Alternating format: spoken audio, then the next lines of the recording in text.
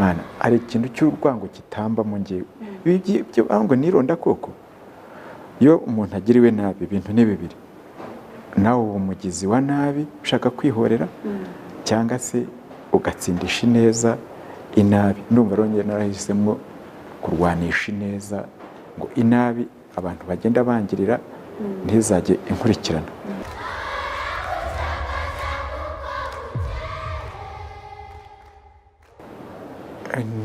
ndabona data bamukubise ubwo ari nko muri za 60 hari sinzi byo bitaga niba ari ngo gukorera abatutsi bamukubise mama ari kumukanda ibyo byose naje kumenya impandaro yabyo ko baziraga ko ari abatutsi nyuma hanyuma noneho ubwo muri 63 data baramwica bamuziza ibyo by'ubwoko nyine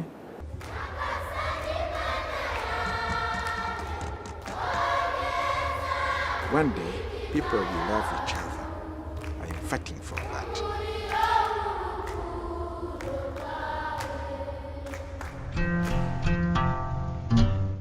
Nitwa Baridurugera Ngoga nkaba ndi padiri wo muri diocese ya Cyangugu uyu mwaka wa 35 ndi padiri nkaba ndangiriza ubutumwa ahitwa ku ibanga ry'amahoro nibwo butumwa mfite ubu ngubu nabaye igihe kirekire padiri mukuru wa paruwasi ariko ubu ngubu noneho musenyeri yanyemereye kurangiriza ubutumwa ahitwa ku ibanga ry'amahoro aho mfashiriza abakirisitu baza baje kuhasengera mbatega amatwi tukanasabira ibikomere byo ku mitima nubwo butumwa mfite ubundi nkakunda kugenda hirya no hino nabwo nsabira abarwayi kuko nabwo ni uburyo bwo kwamamaza ivanjiri gusabira abantu benshi bafata Yezu nk'igitekerezo ntibamenye ko Yezu ari muzima nabwo ni ibintu ngenda nereka abantu ko Yezu ari muzima ko ibyo tumusabye ahita abikora cyangwa hari n'ibindi bikorwa mugenda mugiramo uruhare murandika ibitabo usibye ibyo mutubwiye ariko hari n'ibindi bitandukanye n'ubutumwa musenyeri aba yabemereye ndi umuntu ukunda kugira icyo nakita initiative iyo mbonye ibibazo biri muri sosiyete numva ngomba ko gushaka ukuntu nafasha abantu kubikemuka nk'ubwo ruvuze ku byerekeranye no kwandika hari igitabo mperutse gusohora Forgiveness makes you free kimwe na filime nayo Forgiveness the secret of peace nuko umuntu ababona ibibazo biri muri sosiyete akashaka kubonera ibisubizo rero nka nyuma ya jenoside yakorewe abatutsi nagerageje kwicara hamwe ndatekereza se umuntu yafasha abantu gute ngo bongere biyubake nuko rero nakoze nkiri padiri mukuru wa paruwasi ya Mushaka nuko twashakiye hamwe n'abakirisitu dusenga bakoresha imyiherero kugira ngo turi ukuntu twasohoka buri wese aho ikingiraniye nuko natangiye porogaramu yo gufasha abantu gutanga imbabazi no gusabana imbabazi kugira ngo abantu bongere biyubake babe bazima. Amateka y'u Rwanda, amateka ya jenoside yagiye akora kuri buri munyarwanda, bamwe ugasanga ni naho akuye igitekerezo ahereye wenda ku gikomere cye cyangwa kuri we uko yakize agaheraho akifasha abandi cyangwa se ku mateka. Haba hari umwihariko namwe ku mateka y'u Rwanda yabagizeho bigatuma koko mugira igitekerezo cyo gufashirizamo abandi? Yewe ngeho aya mateka yo mu Rwanda ngezeho ingaruka kuva kera kuko nkumuka mfite wenda navuga ko mfite nk'imyaka 5 cyangwa se n'igice simbizi yose narakana nahumutse mbona tujya kurara mu gihuru na mama tujyana mu gihuru ngibaza impamvu turara mu gihuru ntarahumuka ayo nkabona turajya kurara mu gihuru imvura ikagwa agaca amakoma tutwikira turi abana ndabona data bamukubise ubwo hari nko muri za 60 hari sinzi byo bitaga niba ari ngo gukorera abatutsi bamukubise mama ari kumukanda ibyo byose naje kumenya impandaro yabyo ko baziraga ko ari abatutsi nyuma hanyuma noneho ubwo muri 63 data baramwica bamuziza ibyo by'ubwoko nyine hanyuma muri 73 twari mu seminari ku Nyundo baratwirukana bashaka kutwica ubwo tuva mu ishuri mpongera i Burundi noneho nagiriye vocation numvise umuhamagaro wo kuba padiri simbitindaho gusa ngize umuhamagaro wo kuba padiri numvise nashobora kuba padiri Burundi abantu ngenza abapadiri mu Rwanda kuko niba ndi Burundi ndi impunzi nuko abanyarwanda badakundanye nzigisha urukundo mu Rwanda kandi koko ndumva nabiharaniye de paroisse ya Nyamasheke aho natangiriye mana ari ikintu cy'urwango kitamba mu ngiye ibyo ngo nironda koko iyo umuntu agiriwe nabi ibintu ni bibiri nawe umugizi wa nabi ushaka kwihorera cyangwa se ugatsindisha ineza inabi ndumva rongera narahisemo kurwanisha ineza ngo inabi abantu bagenda bangirira ntizajye inkurikirana ubwo rero muri 78 nibwo nagarutse mu Rwanda njya muri Grand Seminaire mu Nyakibanda mu bafratiri mba padiri muri 84 nagarutse mu Rwanda ubwo nibwo nahise njya muri iyo paruwasi ya Nyamasheke nanayitinzemo kuko jenoside niho yansanze ndi padiri mukuru umwaka umwe n'igice nari padiri wungirije Vikeri none ubundi bapadiri mukuru ndumva naranahakomerekeye kuko nayituye ubusore bwanjye pe naho umusore numva ndi gukorera Imana nishimye numva bya binene imbere y'Imana ko nzigisha urukundo mu Rwanda nibyo nari ndimo cye kubona mbona muri 90 nabwo mfatwa mu byitso ngasanga ndarenganye rwose ugasanga ikintu cyose bagashakira ibibazo aho bitari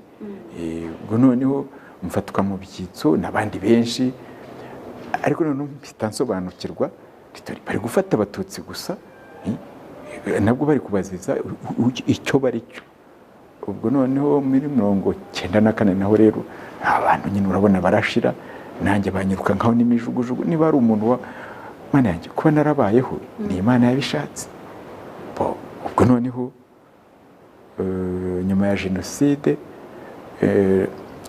ndokotse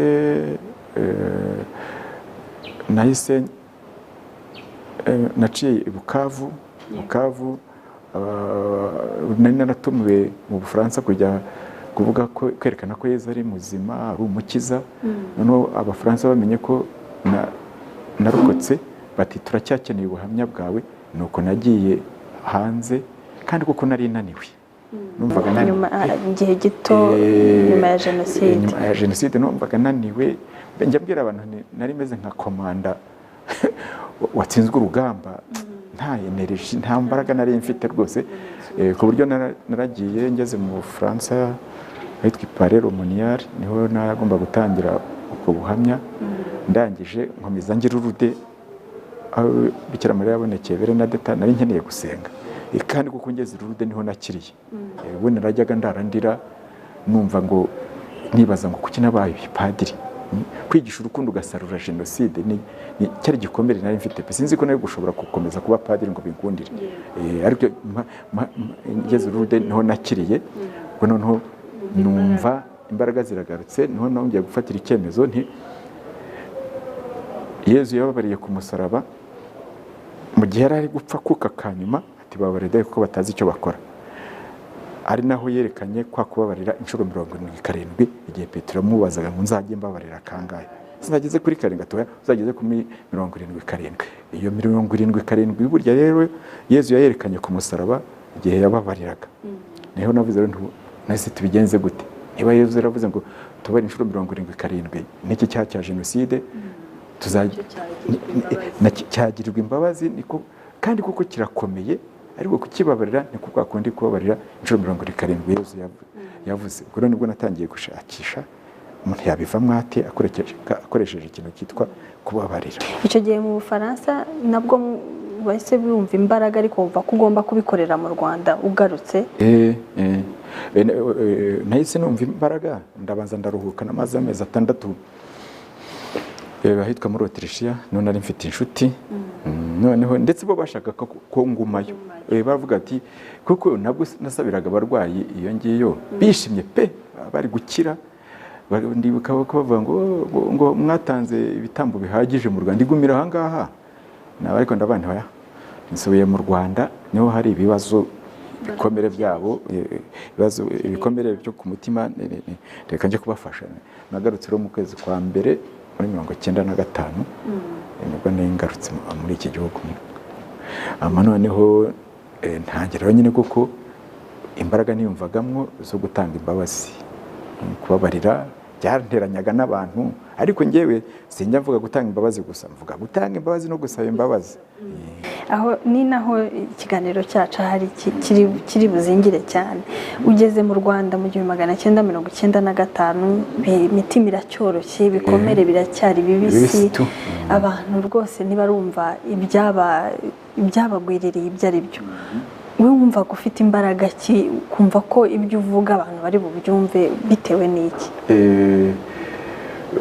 Icyatuma gushikama nuko umuntu aba ari ngende padiri, ngeneye gukiranura abantu n'Imana, sibyo?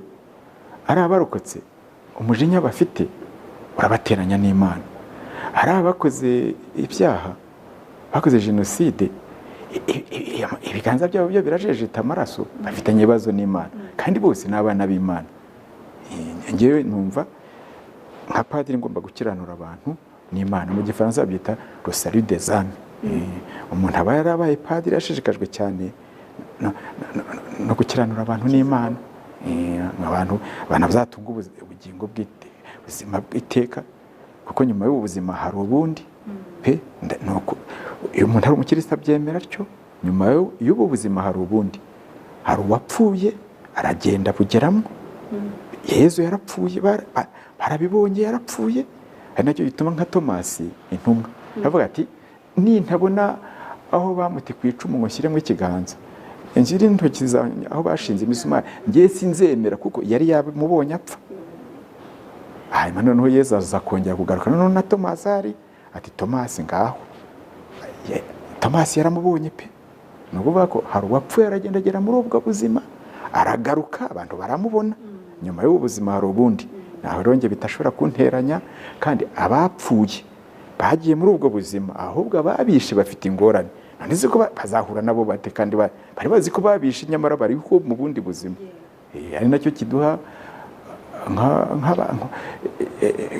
nk'umuntu wapfushije ikintu kigukomeza no kuziti n'ubuzima bahinduye, mama tuzongera duhure, bene bacu tuzongera duhure pe.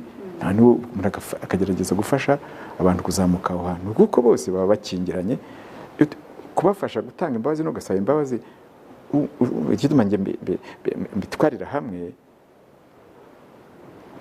nyuma y'icyaha cya jenoside buriya abantu bose barakingiranye.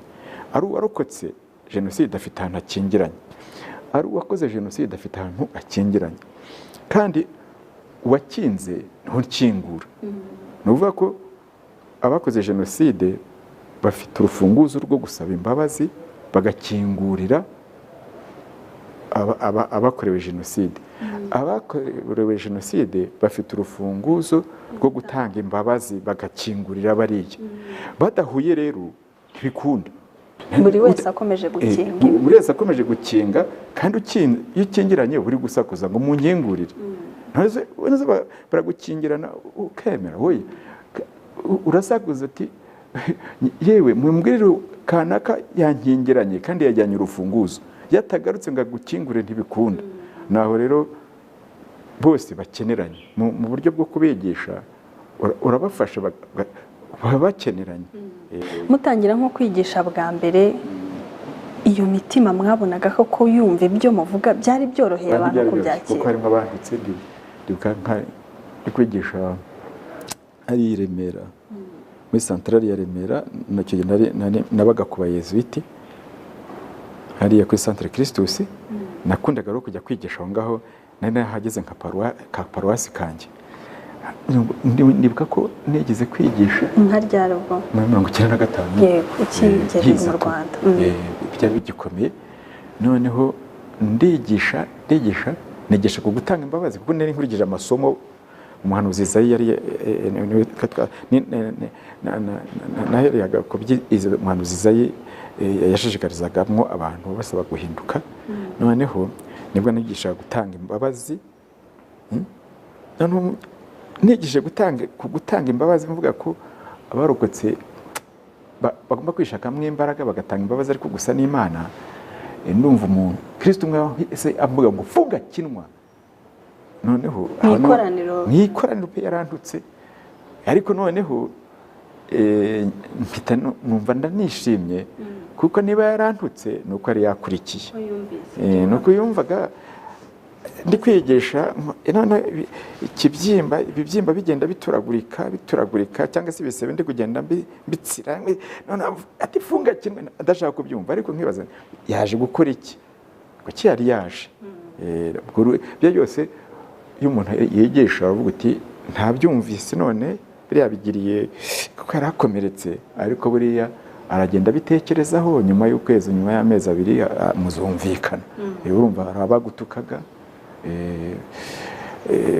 umuntu yaburaga mbega ukabyifatamwo no kugucira urubanza. Bamwe bati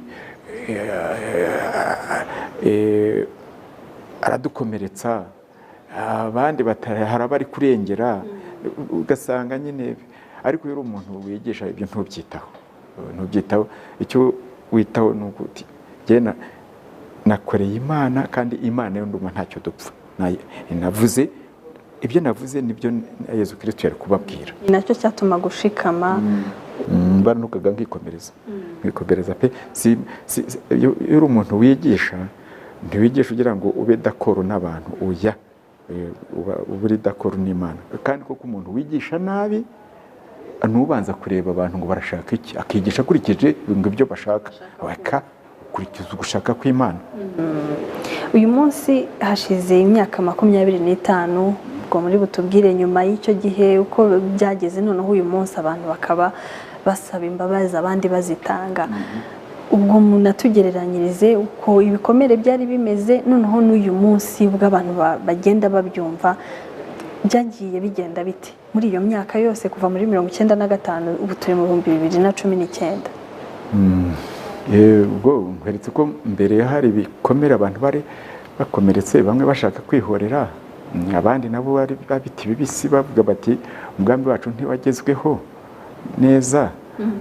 Ariko uko umuntu yagendaga yigisha, abantu bagendaga basobanukirwa. Ngewe maze kuba padiri mukuru w'iyo paruwasi nabayemo nyuma ya jenoside ya Mushaka, mpageze nararebye nti ngewe sinshobora kugumya nigisha abantu bari mu kinyoma. Abarokotse barakingiranye nk'uko nababwiye, kandi urufunguzo rubafungurira rufitwe n'ababishe. Ngombe mbafashe ababiciye, ngombe mbafashe barebe ukuntu bakegerana nabo biciye, babasaba imbabazi. Abandi nabo barakingiranye, kandi urufunguzo rubakingura rufitwe n'abarokotse igihe babwiye ngo tubahaye imbabazi. Rero nakundaga kwikoreshereza imyiherero rwose. Abana nabasomeraga misa ya saa moya ku cyumweru bakava mu nzira. None ntabakuru muze rwose tujye mu byacu, guhera ku myaka nka 18.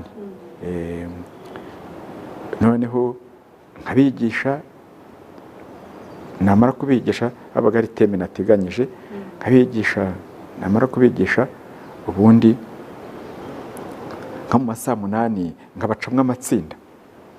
Mu masaa 8 tukaza tumaze ibyavuye mu matsinda twamaze kubishyira hamwe, tukareba tuti icyerekezo tubonye ni iki ngiki muri paruwasi yacu tuzabaho dutya nibyo mwemeje dufatikanije ngeze nyankunda gutekerereza abantu ndareka tugatekerereza hamwe ni nacyo gituma iyo bamaraga gufata ibyemezo ntibashobora kubikuramo kandi ari ibintu twemeje ubwo nabanjije nabwo gufata abarokotse ni ngaho muvuge ku bikomere byanyu bari bonyine noneho cyane cyane bariya bakoze jenoside igihe bafungurwaga mu kivunge bavuga ngo abemeye ibyaha ngo babasohoke bahise bahamuka abakristo barahamuka bamwe bazavuga ati turashize za nterahamwe zose zigarutse mu bantu baratwica neza kuko bashaka kuzimanganya ngo ibimenyetso byose noneho ndabona ariko ngiye bariya abantu naromoniye uburoko wagereza y'Icyangugu hariya abantu najyaga mbasomera misa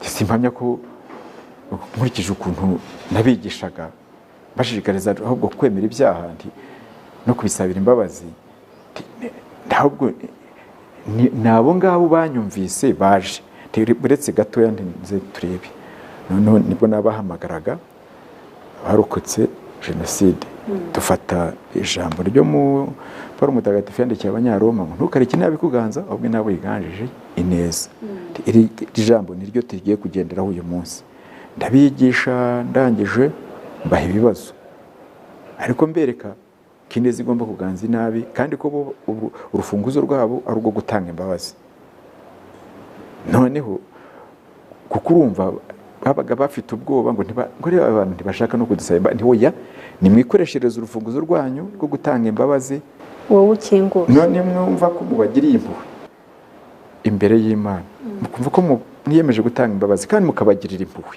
ni ukuri ko Imana ntacyo bazabatwara muraba mubahinduye noneho maze kubigisha rero nibwo nabahaye ibibazo nti ngaho muvuge ko bibi abiyitiriye ubwoko bw'abahutu babakoreye barabivuga bavuga ububi bwabo bavuga ukuntu batema abana babo nk'abicira insina nta mpuhwe bagira barababwira ntibi byose muvuze nzabisoma ku cyumweru abahutu babyumve nabo bamenye ubugome bwabo noneho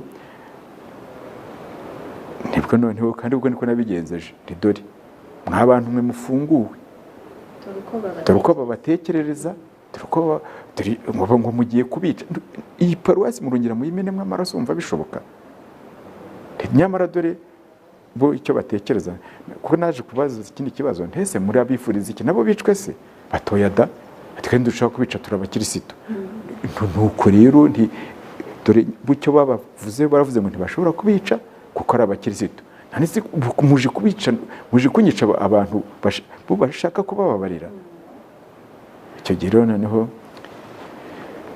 nibwo nibajije reka noneho nabo nzabahamagare dukorane umwiherero ariko ubwo abakristo bose bari bumvise bati bariya abantu kuko turabagira dute bose kuko barashobora kongera kwica abantu ubwo urumva bari batangiye gusakuza bose bari kwiga ku iki kibazo ni ukuvuga ko mu kabari iyo batanze ibitekerezo babivuga hose harimo ngo mu kabari hose bagenda bavuga ati ibintu turabigenza dute nabo ubwabo rero ubwo byabageragaho bati dore uko bari kubatekerezaho nabo bumva ati niba ari uko badutekereza turabivamo dute ubwo nashatse kubakoresha umwiherero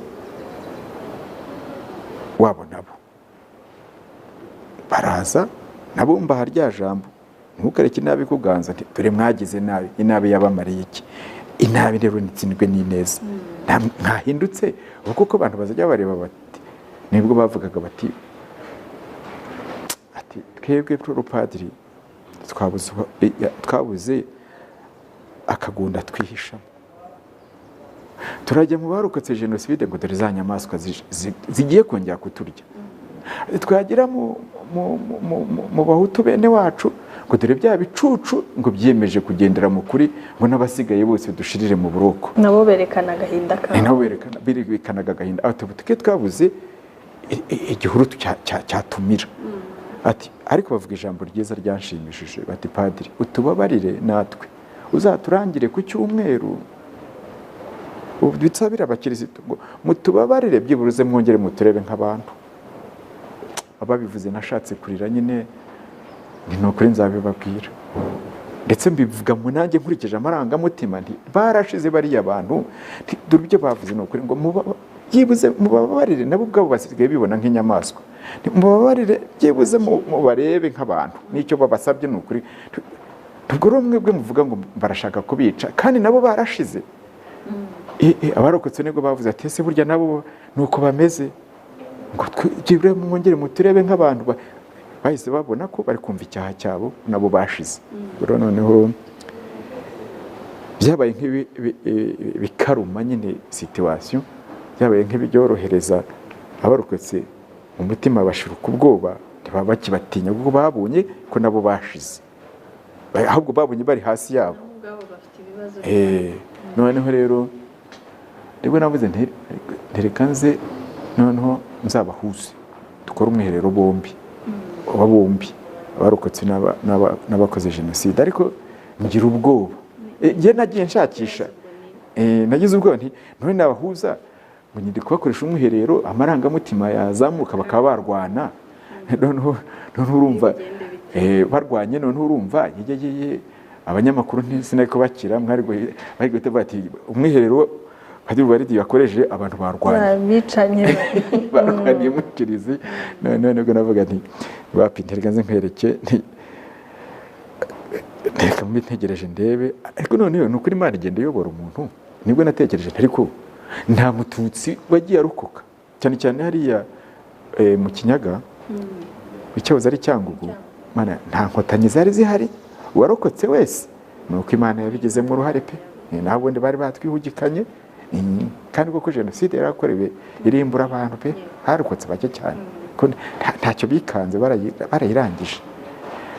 none warokotse wese nuko agomba ko afite umuhutu wabigizemo uruhare kubona kandi ntibyari biranoroshye. Nibwo nabandi abarokoye abantu abarokotse n'abakoze jenoside mufite umwiherero ubahuza bose uko ari batatu abarokotse jenoside abakoze jenoside n'ababarokoye kuko ababarokoye bashushanya neza ntabwo bari kurwana hagati ya bombi ntabwo bari kurwana pe.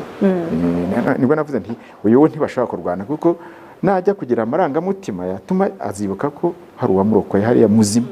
None nibwo nabahamagaraga ubwo abandi bava mu nzira nasomye misa bava mu nzira none ndashaka barokotse n'ababarokoye n'abakoze jenoside ariko abaje mu misa narabacyuriye icyo gihe ridori ubuse dore uko mwaje mungana muri ishyano ryose mwuzuye kire ubuse no mukorera neza icyo gihe abantu bari gushira ndabagaye ntabakristo mfite mwarabatijwe gusa nta kindi ubu yo mukora neza abantu bari gushira.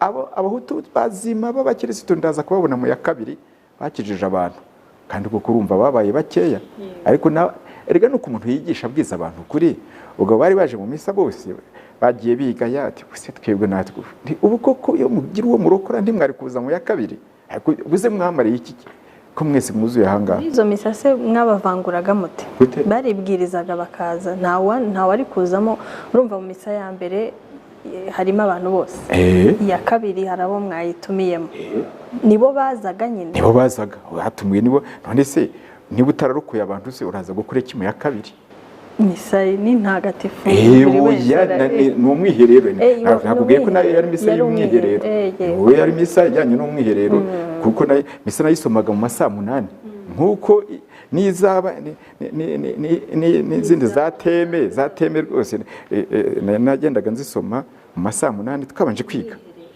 nuko nashoboye abakirisitu kuko twabaranga tukaganira rwose ariko mu cyubahiro twubahanye.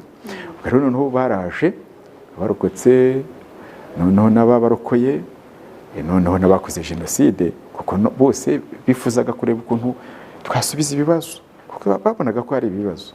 Rega abantu ni beza iyo bafashije ugira se ngo ngewe njya mvuga nti ibibazo biri mu bashumba paruwasi batafashije abantu badashaka no gufasha abantu izahura mu bibazo ariko ubundi abakristo ni beza. Nibwo nyabandi intama ni nziza, ikibazo kiri mu bashumba. Bahora bantera amabuye ngo ndavuze ngo abashumba. Iyo mvuze abashumba simba mvuze abasenyeri, mba mvuze abantu responsable. Umuntu responsable, umuntu ufite uwayobora n'umushumba. Umubyeyi ni umushumba mu bana, umupadiri mukuru ni umushumba muri paruwasi arimo, umuyobozi wa santrale ni uko nguko, dika. Abantu baba responsable bafite abo bafasha, bakoze neza ibyo bagomba gukora, sosiyete yakira. Nuko rero intama zanjye nyine zarazaga rwose, kuko umushumba yari ameze neza. Njye numvaga rwose turi, kandi baranyubahaga, nanjye nkabubaha, nkabwira ntawe ufite ibi bintu byabaye mu Rwanda, ntawe uvuga ngo abifite ibisubizo dushakira hamwe, kuko byarenze haniro. Byarenze haniro rwose, reka dushakira hamwe n'amahano. Ubwo rero baje rero bageze mu kiliziya, buri ibintu byose ni strategy. Nageze nti ngo abarokotse jenoside ni muza hano imbere. Baraza rero, maze kuza ngaho rero umuntu warokoye umuntu wese nawe naza muhagarare iruhande. Najyaga kubona rero nkabona Mututsi umwe hano n'abahutu nk'icyenda bamukikije. Noneho nibi ni biki? Ikintu cyanshimishaga ni ukuntu bose babaga bari guseka. Ari akarokotse kari aho ngaho kari guseka yishimye, ari abarokoye bamurokoye bose bari gusenga ngo aba n'abandokoye padiri, nabo ngo nitwe twamurokoye padiri, ariko bose bari guseka bishimiye ko bagize neza. Noneho bose n'abakuruka ati nabanje kujya kwa kanaka, uyu nguyu noneho ibintu bikomeye batangiye kumukeka, anjyana hariya, uyu nguyu aramumfasha, baje gusaba barambura ko nari nagiye kwa kanaka, ati niko byagenze, ati nanjye batangiye kunkeka namujyanye hariya, ati nuko twabaye 9 kumufasha kugeza tumugejeje twamukije Rusizi, cyangwa se kugeza jenoside ishize. Bagendaga bisha henshi. Noneho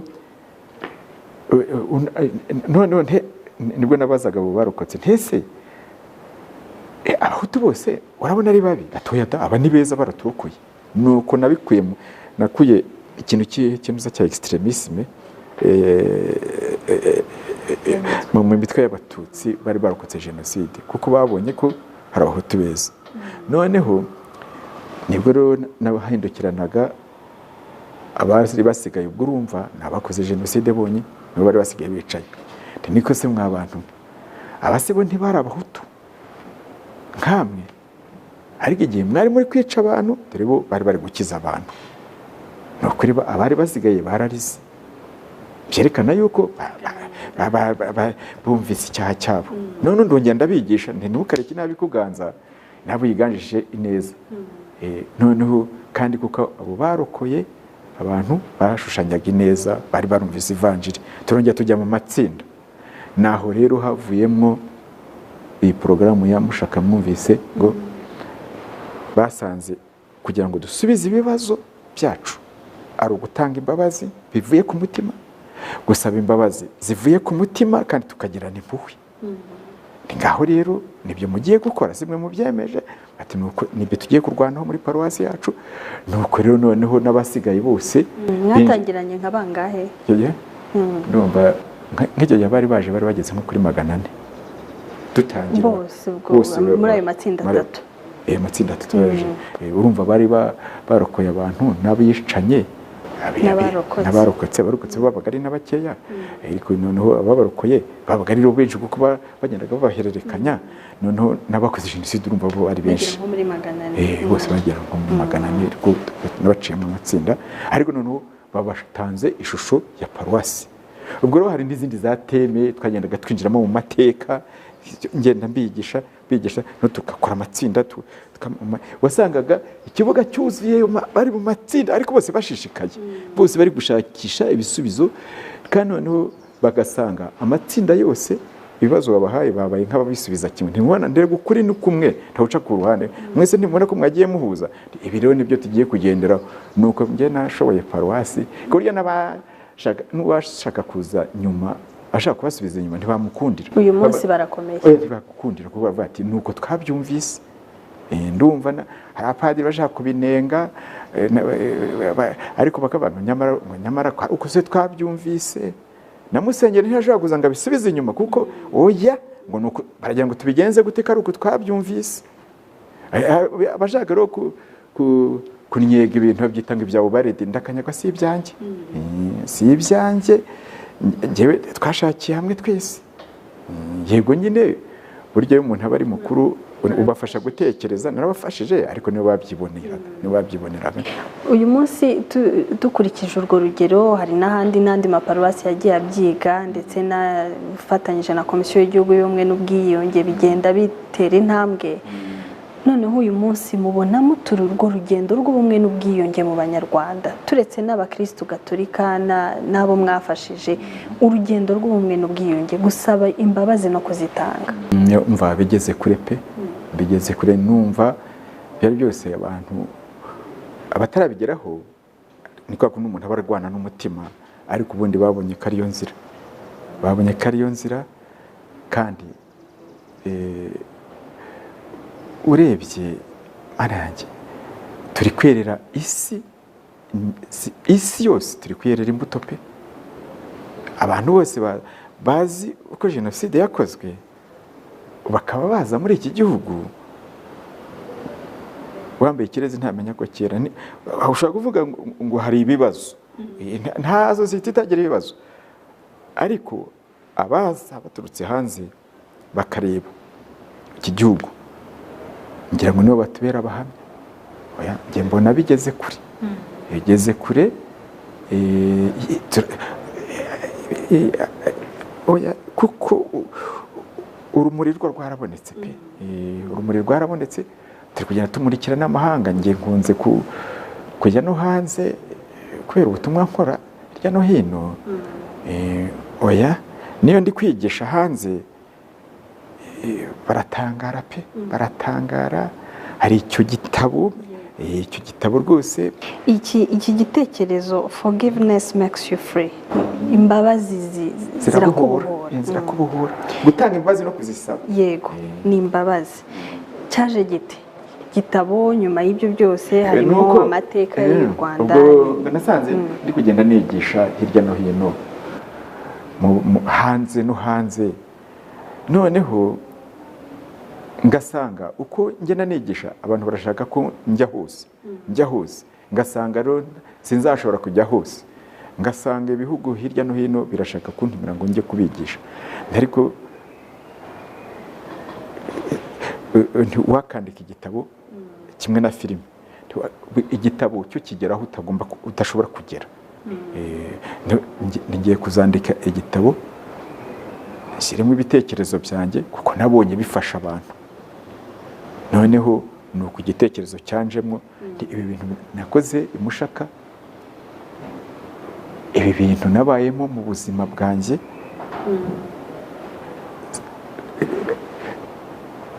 ibikomere naciyemo ukuntu nabikize, ubuhamya ntatanga bwafasha abantu. Kandi kuko ubu biri kugenda bifasha isi yose. Abanyamerika nibo bamfashije turacyandika, ariko ubu ngubu bamaze kubona ingufu gifite ukuntu kiri kugenda gifasha abantu. Nk'ubu ngubu hari ingo zatandukanye muri Amerika zimaze gusubirana aho bamaze gusomera iki gitabo. Abantu batandukanye bari bagize divorce, umwe akagenda agiye gushaka undi ati maze kubona ko nibeshye, ati nze gusaba imbabazi. Ndumva nigeze kujya muri Nigeria ngiye kwerekana filime, twagiye muri festival yari muri iyo filime nakoze Forgiveness the Secret of Peace. Iyo nashyize no kuri YouTube abantu bose bashaka kuyibona. Yari muri competition. Noneho bamaze kwerekana nyivuzeho, umugore w'umunyanigeria yaje ari kurira ati iyo mboneye filime mbere yo gutandukana n'umugabo ntituba twaratandukanye. Nahise mubwira nti mva ntarirarenga humura ugende umushake umusabe imbabazi musore uko mwasubirana. Ndumva rero muri Amerika ari ingo nyinshi ziri gusubirana bamaze kumva kubona ubuhamya cyane iki gitabo by'umwihariko nubwo harimo inkuru zitandukanye, harimo iz'u Rwanda cyane cyane n'ubuhamya bw'abantu bamwe mu Rwanda bihereye no kuri amateka y'u Rwanda, ariko kirenga gusa jenoside yakorewe abatutsi mu Rwanda. Kubera iki byagenze bite kugira ngo wumve ko byaba imbabazi muri rusange nubwo byahera ku nkuru y'u Rwanda? Umva kuvuga ngo ntangira byari ibyo kwifashiriza abanyarwanda, ahubwo byaje kuba message yaje kuba universelle kuko abantu baziti babisoma babona ari iby'u Rwanda koko, ariko bakavuga bati niba abanyarwanda barashoboye kubabarirana ninde utababarira ku cyaha cyari gikomeye nka jenoside. Niba abanyarwanda barashoboye kubabarira, ugasanga umwana w'umukobwa ageze atya, ibyo ni ibintu biri muri icyo gitabo, ati yitwa Donathan Uwimushaka, amaze kubona umupfakazi uri hariya wenyine kandi se yarabigizemo uruhare, akurikije uko nigishaga nanjye maze kubabwira ukuntu kugira ngo mbohoke ku mutima narihiye abana wishe mama amashuri kuko umugore we yarapfuye, urumva yarapfakaye ari mu buroko abana bateragira. None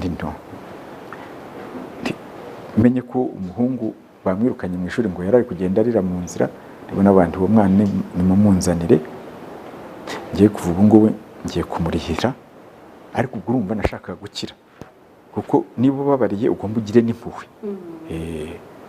Kimwe niyo usabye imbabazi ugomba ugire impuhwe. Ubwo noneho uwo mwana yumvise nigisha ukuntu nababariye nkagira impuhwe, uwo mwana nkamurihira amashuri, uwo mukobwa nawe yaravuze ati oya nanjye noneho padiri mukuru wacu ibyo yigisha n'ibyo akora, nanjye ngiye kuba kuri uriya mupfakazi Bernadette niba ari wenyine nuko data yabigizemo uruhare. Uwo Bernadette rero afite umwana warokotse ari umusirikare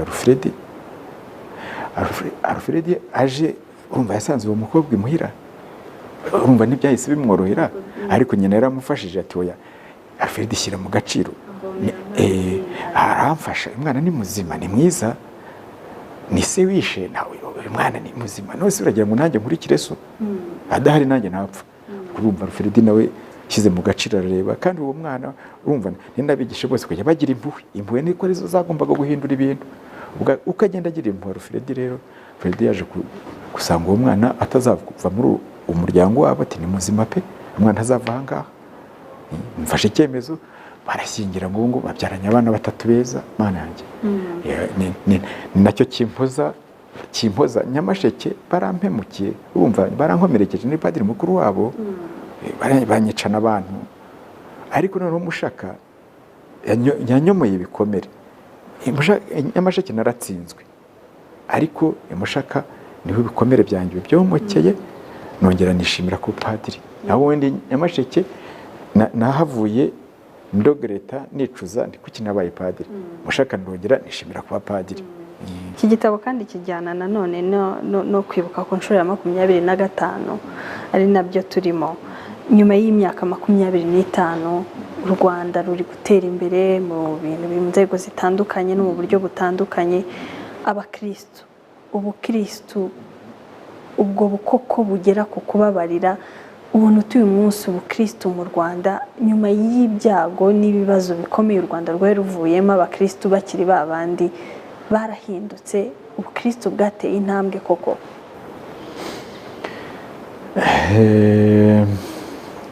Cyo ni ikibazo kitoroshye kuvugaho kuko ntawe ugenda ngatahe ku mutima w'umuntu, ariko umuntu agenda areba muri rusange. Nanditse niba tuvuga ko mu Rwanda ari amahoro, sibyo? Buri munyarwanda araryama agasinzira, mana buri muntu yubashye undi, ugase urabona ko ivanje byizanye nuko harimo abantu bagiye bigisha abandi bakakira. Yego ntiwavuga ngo n'abasirikare bacunze umutekano n'abapolisi, umutekano uva mu mutima. Kandi urumva abanyamadini twagiye tubigiramo uruhare. Udashaka ko ushaka kureba ikibi gusa arakibona, ariko nushaka kureba icyiza byose amahoro abanziriza mu mutima kugira ngo agerweho. Ntabwo nari abasirikare bayacunga n'abapolisi, amahoro atangirira mu mutima, kandi abanyamadini tubifitemo uruhare. Bifitemo uruhare rwose. Ndumva rero sinakubwira ngo igipimo kimeze gite, ariko irebere muri rusange. Mubona ariko ari hehe hagikeneye imbaraga nyinshi? Ni hehe hakeneye ko abantu bitaho cyane mu kugira ngo koko abo bantu ku mutima wabo no gutanga imbabazi no gusabana imbabazi? Ahantu nibatahatinyuka ugashaka kugumya ugenda ubembekereza, ntibizakunda, kuko shitani yakongera ikazahakoresha. Shitani ikoresha ikintu cyane cyo kudatanga imbabazi no gusaba imbabazi, irakoresha cyane. Kuko abantu nibatahashyira ingufu, bagumye bashaka kubembekereza ya shitani y'ikinyoma, ujya ntibizakunda. Nibashyira ingufu gutanga imbabazi no gusabana imbabazi nta buryarya. Yego, turi kugana ku musozo, ariko mu bindi abantu bazi cyane ni isengesho rikiza, n'ubwo nabyo iyo mwigisha mubiheraho muti ikintu cya mbere mutanga imbabazi, musaba imbabazi, ufungura umutima wawe, ubabarire wowe use wumva ko waguhemukiye. Isengesho ni isengesho abantu bazi. Ese bigenda bite? Ntabwo wenda ndibubaze ngo habe iki cyangwa bigenda gute, ariko ni isengesho ryabaje muri te, ni umuhamagaro wagenze ute kugira ngo abantu basobanukirwe, kuko si abantu bose babishobora. Byo byagenze bite? Reka turebe uko byanjemo. Hari muri 87 bitangira kunzamo byo gusabira abarwayi. Hateye macinya, diare sangrante. Macinya yicaga abantu muri paruwasi ya Nyamasheke aho narindi. Ubwo urumva paruwasi ya Nyamasheke n'ahitwa Hanika zibangikanye bugufi ya hopitali Kibogora. Iyo macinya yica abantu, mana yanjye. None urumva cy'icyorezo. Nagomba kujya gutanga amasakaramentu mu bitaro. Noneho ariko mfite ubwoba nti nanjye nshobora kwandura. Navayo nkaza, abaganga barambwiye bati mva wijye ugira ubwoba, ati bose ko twebwe natwe twirirwa tubivurugutamo, ati dore ravabo ngiye nurangiza ko abantu amasakaramentu ujye ukaraba. Noneho ati nisume n'isabune. Ndibuka ko nakarabaga isume yo sinyikoreho nti ataba yagize uwaje imbere yanjye atakarabye neza, ahubwo nkunjya nk'iya nakungutaga intoki nkagenda, nagera nimuhira imyenda nari nambaye yose nimuyimesesha amazi ashyushye. Ariko mu ijoro nkumva rezoraje mu nda biridurumbanyije, ntiyampaye nka ndafashwe. Ariko ngasanga ni ubwoba, mu gitondo gasanga ntacyo nabaye, ntibwari ubwoba. Nubwo urumva haje mu kintu cy'ubwoba, nti abaganga bafite ubwoba iyo bavura bari kwera ko bashobora kwandura. Kandi uko yari rishimwe ngira ngo umwinfirimieri nawe wari wafashwe iramwica. Noneho abaganga bafite ubwoba, padiri nanjye ujya gutanga amasakaramentu mfite ubwoba, kandi abantu bari gushira pe. Nageze muri sale bari barimo bageze nko kuri 40. Nabaza umuntu nti ngaho mbwira ibyaha byawe, ati inyama ziri gushya. Undi namubaza ati ntibyaha byawe, ati ya peretensiyo. Unabaza nti mbwira ibyaha byawe, ati turashize. None mbunye ngira nti mwese mwicuze ku mutima, mbaha absolution publique, absolution ya rusange, kuko nabonaga bitari gushoboka kubaha peretensiyo bari kuvuza induru. Ariko nanjye mbaha amasakaramentu ndahahamuka, abantu barashize pe, abantu barashize, n'ibintu turabivamo duti. Naho hatangiye kuvuka ari ikintu cyo gusabira abantu. Nibwo navuga nti kuva ubu rero misa tuzaturangiza misa tuvuga isengesho ryo gusabira abarwayi. Ni isengesho nize mpabwa amasakaramentu ngo Mana uhoraho ugahanga byose n'ukiteka bakwemera tutakambira abarwayi tugira ngo bagire impuhwe, nibamara gukira bazaze gushimira mu kiliziya yawe. Buri sengesho, buri misa twarangizaga misa dusabira dusaba ngo icyo cyorezo gihagarare. Nyuma y'ukwezi rero icyo cyorezo cyarahagaze, ariko zigana nibaze se ni abakristu bagihagaritse kubera amasengesho yabo cyangwa ni abaganga?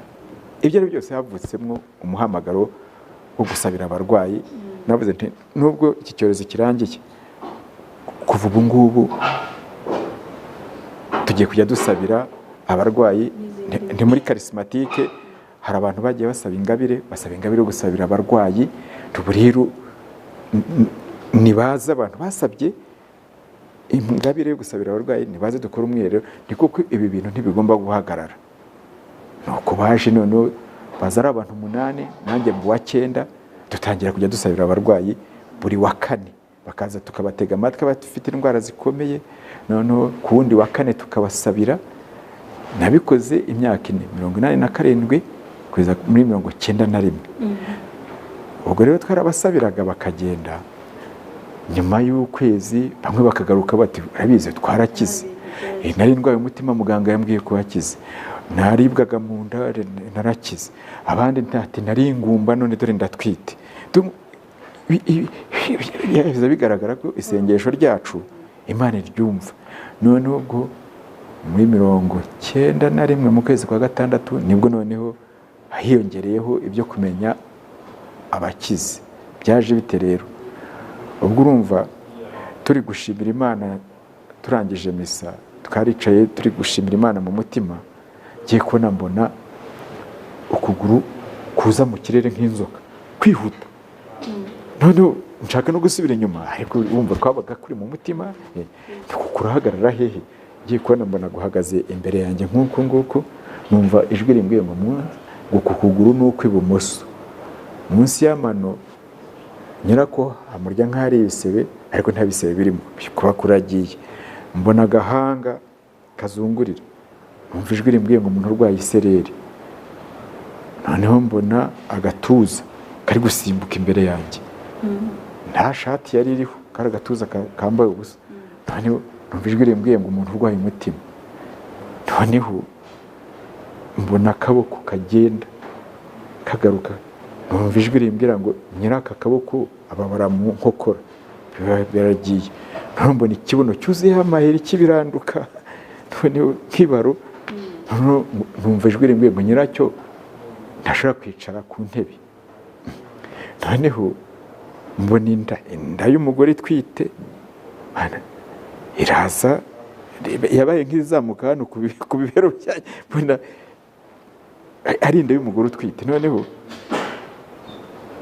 iriho umweko w'intuza w'icyatsi kibisi. Noneho biranyo ari mu ijwi rimbwiye ngo ingumbi itwite ibaza n'ibizabyara neza. Noneho numva ijwi rimbwiye ngo umuntu uri aha ngaha uvuga ngo gusenga no kudasenga byose ni kimwe. Ntegereza ko hari ikindi cyaza, mbona ntakije. Ahubwo urumva kuko byari ibintu binyadutseho ntamenyereye, ariko kandi twari turi gusenga. Nibwo navuze ntari umuntu waba uri aha ngaha ufite ikirenge cye. Sinahise mbyemeza, narashakishije ndetse hari umuntu waba uri aha ngaha ufite ikirenge cy'ibumoso munsi y'amano akaba yamurya nk'ari ibisebe, ariko nta bisebe bihari. Umugore ati ndi hano, ati naje ntakozaho, ndikandagira wumve.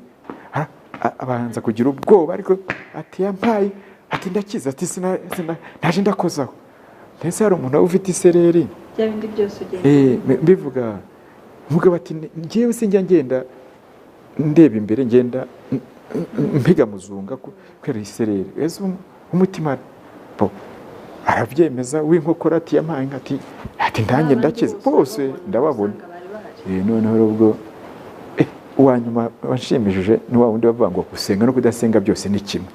Ubwo rero no gukira ku mutima heze kuki buri kuvuga gutyo ati ngewe mfite umwana muganga yavuze ko azaca akaguru twere igisebe kiriho ati noneho ati mwaratubwiye ngo umwana kiramukwemera ko ababyeyi ngo umugabo wanjye azaza ati nkoze ku mugabo arantarutsa ngo ntaho ngiye ngo umupadiri ushinyagura ngo umwana n'uwanjye bazagace ngo none ngiye no mu masengesho ati noneho ubwo abandi basengaga njye navuga ngo gusenga no kudasenga byose ni kimwe kuko ubwo umugabo wanjye yanze kuza umwana wanjye ntashobora gukira. Noneho ntacyo genda utegereze urebe aragenda nyuma y'iminsi 3 cya gisebe cyose cyari cyumye akaguru ntibabaye bakigaca. Rero nibwo twahise tuba tuti ingabire nshya ije mu isengesho ryacu. Nuko rero uko dusenze nkabona ibintu noneho bigeraho njya kubwira musenyeri Tadeyo niwe wari musenyeri wanjye ko byanteye ubwoba n'ibintu bye uko twasengaga nabonaga ibintu kandi navuga nkabona bibaye byo. Naho musenyeri nibwo yavugaga ati ntumuzongeye gusenyera muri ako gashapere bijyana ahagaragara turebe. Nuko noneho nibwo nabyanaga mu kiliziya abantu baza no ku bwinshi kuko bari bamaze guhana amakuru byakwira kiliziya yari yuzuye tugeza kiza abantu benshi biba birasandaye. Rero nuko byaje n'uyu munsi kandi biracyagenda kwa kundi gihe dusenze imbona ibintu niyo nabo bose baraza baba hari n'abadahari baba basabiwe aho bagenda basanga aho bari en principe baba bahari. Hari abanga kuza kubera kugira neza ko bashidikanyije cyangwa se bagize n'isoni ariko ubundi baba bahari ko hari n'abaza nyuma mu yandi masengesho ngiye bati ngiye nakize ku isengesho ry'ibunaka batari yatanze abantu. Ubwo rero byabaye uburyo bushya bwo gutambutsa ivanjiri n'ukuri kuko n'abashidikanya bose batazi Yezu bahita babona ko ari muzima kandi yumva amasengesho yacu. Turi kugana rero ku musozo ariko twibanze cyane ku gusaba no gutanga imbabazi ngira ngo ari nabyo wenda natubwiraho ijambo tugana ku musozo. Hari iki gitabo ntekereza ko hari n'ibindi ahari muteganya kwandika nyuma y'iki ngiki ariko n'urugendo rwo gusaba ndetse no gutanga imbabazi no gukira ibikomere ku banyarwanda nyuma y'amateka ya Jenoside yakorewe Abatutsi. Urifuza iki rero? Tugana ku musozo uru rugendo ruracyakomeza ni urugendo rurerure abanyarwanda yego hari aho tugeze ariko hari imitima ikinangiye nk'uko mwabivuze hari imfunguzo hari inzugi zitarafungurwa.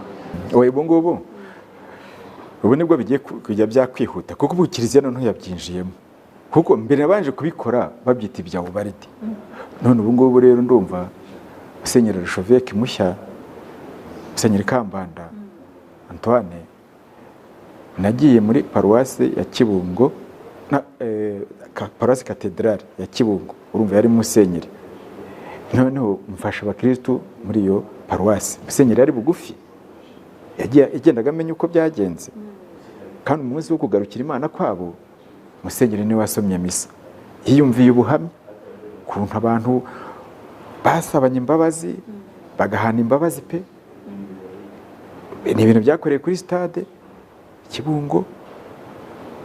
Noneho nawe kuko ashinzwe justice pe komisiyo y'ubutabera n'amahoro muri Kiliziya Gatolika yansabye gukora samari incamake y'ubu butumwa nakoze uko bukorwa Mushaka. Noneho ambwira ko agiye kuzabishyira muri konferanse abasenyeri bakabyigaho bikareba ukuntu bireka kuba ibintu bya ubaridi by'Mushaka. Urumva rero niba Kiliziya byinjiyemo abapadiri ntabareberaga reka barimo abantu biteka en fait harimo abantu abapadiri harimo abapadiri b'amoko atatu. Abapadiri charismatique. Padiri charismatique ni umuntu ubura aho ngaho nkumva hari ikintu kimurimo ayowe nari umutagatifu utagira ubwoba gakupita ibintu aho ngaho nyine aba ari umukarismatike ni umuntu uri viziyoneri ureba kure. Noneho abo rero bakunze kuba bakeya bagatera n'ibibazo. Mbese se ko ntajya ntera ibibazo ndabitera. Ndi muri abo ngabo ko njye ndi umukarismatike kuva ndi umupadiri ndi umusore ndi muri karismatike. Hari ibintu rero uri umukarismatike biba biri kukurya ukumva utakihangana ukabikubita aho ngaho bikaguteranya ariko ugasanga amaherezo bigize icyo bigeraho. Ndumva nk'ubu se ntabikora byari kugenda gute. Iyo ntagifatiye initiative yo gufasha abantu. Ubwo rero abari abapadiri karismatike bakunze kuba bakeya ariko bagafasha abantu. Hakaba n'abandi pragmatike rero ni abareba icyo musenyeri ashaka. Abo rero ni benshi cyane. Amategeko gusa bakareba ntibanamufasha cyane, bareba ngo umusenyeri arashaka iki, ngo yavuze iki, kandi nabo bakeneye gufashwa. Aba bakarismatike iyo twakubise ibintu abo ngaho abantu bica bagatekereza noneho. Ubwo rero hakaba n'abandi negatifu rero banasenye. Nabo ngabo bose tuba tubafite. Turazi karismatike, pragmatike na negatifu barahari. Noneho rero ubwo byari byose nashimye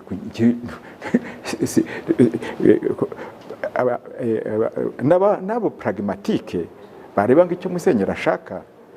Noneho abasenyeri baza bavuze bati dore urugendo rurakorwa rutya. Ubwo noneho bagiye kubyinjiramo bose. Abenshi bari pragmatike so bakaba ari babi ariko n'abantu babaraho ngo bategereje ngo umusenyeri aravuga iki. Ahubwo abasenyeri bagiye kuvuga kandi bati bagiye kubiha umugisha ngo ndakeka bizihuta mu maparuwasi yose bafasha, kuko iteka paruwasi zose ngiyemo usanga abantu bari baboshye pe. Kandi ntabwo bisaba gusaba abandi bo muri Kiliziya Gatolika, ngira ngo abo mufasha nabo wafashije mushaka nabo muri Kiliziya Gatolika gusa. Oya bya byose reka ngo urugero rwiza tugiye kugufasha. Ahangaha muri Saint Paul mu gitondo turi gufungura, noneho abapadiri barambaza ati ibyo bintu by'umushaka kuko tutekereze padiri tukubonye uburyo bwo turi kumwe. Abapadiri turaganira, noneho iruhande rwanjye hari umugabo wambaye amakoti w'umusirimu pe, aratwumva we ntiyari padiri. Noneho yumva ukuntu ndi gufasha abapadiri nyine uko mushaka tubigenza.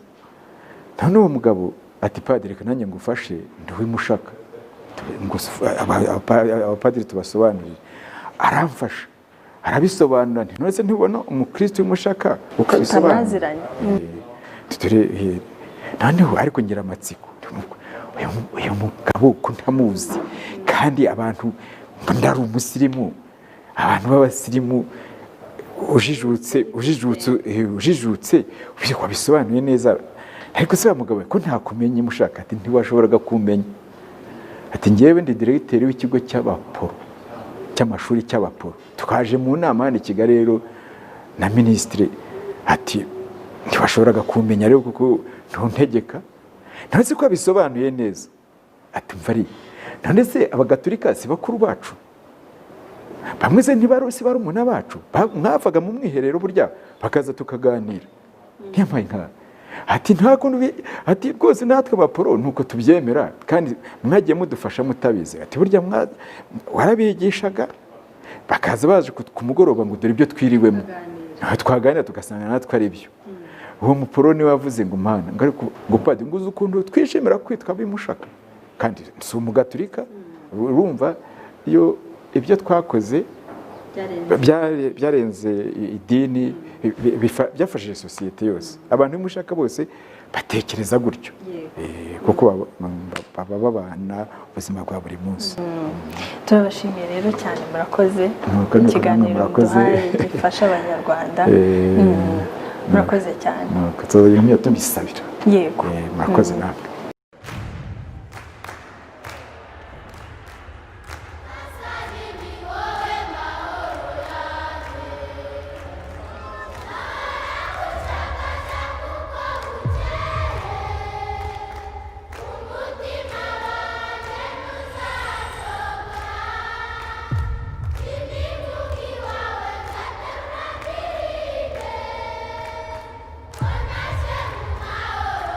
I must once more go back into my country.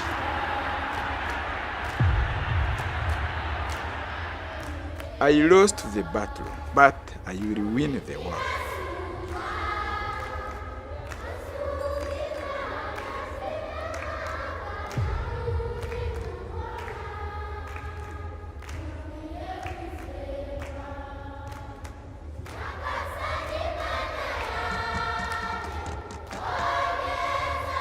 One day, people will love each other. I am fighting for that.